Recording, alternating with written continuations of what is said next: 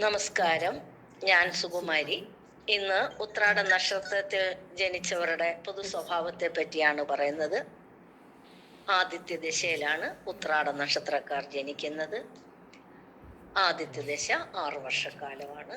ആദിത്യൻ ഉച്ചനാകുന്നത് മേടൻ രാശിയിലും തുലാം രാശിയിൽ നീചസ്ഥനുമാണ്. ചിങ്ങം രാശിയാണ് സ്വക്ഷേത്രവും.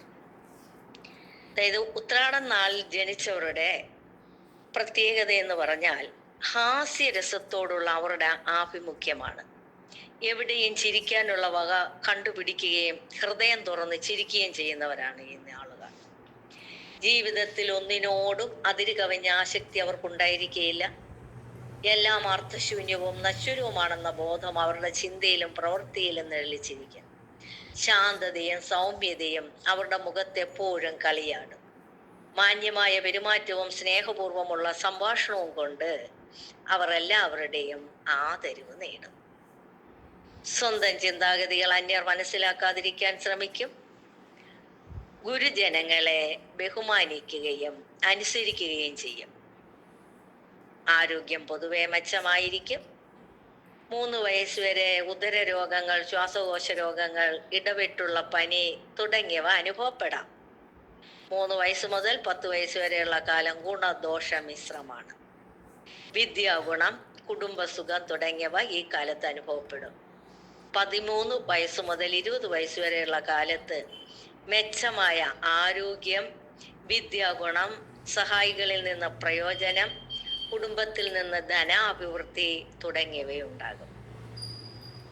20 വയസ്സ് മുതൽ 38 വയസ്സ് വരെയുള്ള കാലത്ത് തൊഴിൽ ഗുണം, സഹായികളിൽ നിന്ന് പ്രയോജനം, കുടുംബത്തിൽ നിന്ന് ധനാഭിവൃദ്ധി തുടങ്ങിയവ അനുഭവമാകാം. 38 വയസ്സിന് ശേഷം കൂടുതൽ സന്തുഷ്ടിയും ഐശ്വര്യപൂർണവുമായ ജീവിതവും നയിക്കും.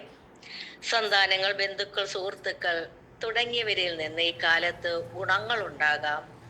55 വയസ്സിന് ശേഷം വാതരോഗങ്ങൾ ബാധിക്കാൻ ഇടയുമുണ്ട്. നീതിനിഷ്ഠയും സത്യസന്ധതയും ഉള്ളവരാണ് ഉത്രാട നക്ഷത്രക്കാർ.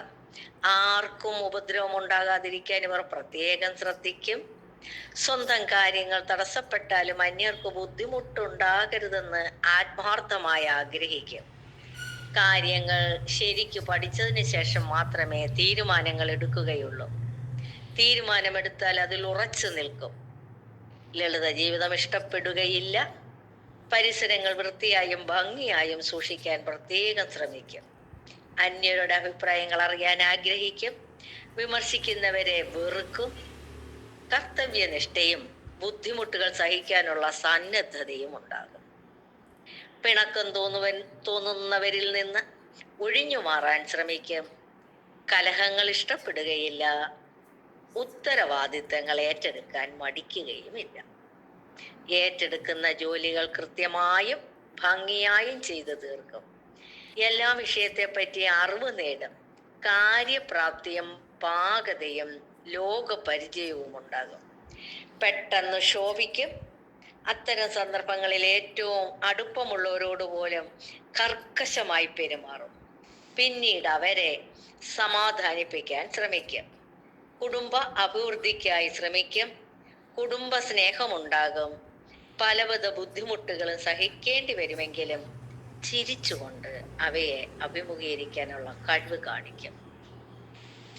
മിക്ക പ്രവർത്തനങ്ങളിലും വിജയിക്കും. കൂട്ടുപ്രവർത്തനങ്ങൾ മിക്കതും പരാജയപ്പെടും. ആകുല ചിന്തകൾ കൂടും. ദാമ്പത്യ ജീവിതം പൊതുവെ സന്തോഷകരമായിരിക്കും. ജീവിത പങ്കാളി ആത്മാർത്ഥതയും സ്നേഹവും കാണിക്കും. സന്താനങ്ങളിൽ നിന്ന് പ്രയോജനം കുറയും. സന്താനങ്ങൾ അകലത്തിൽ കഴിയും.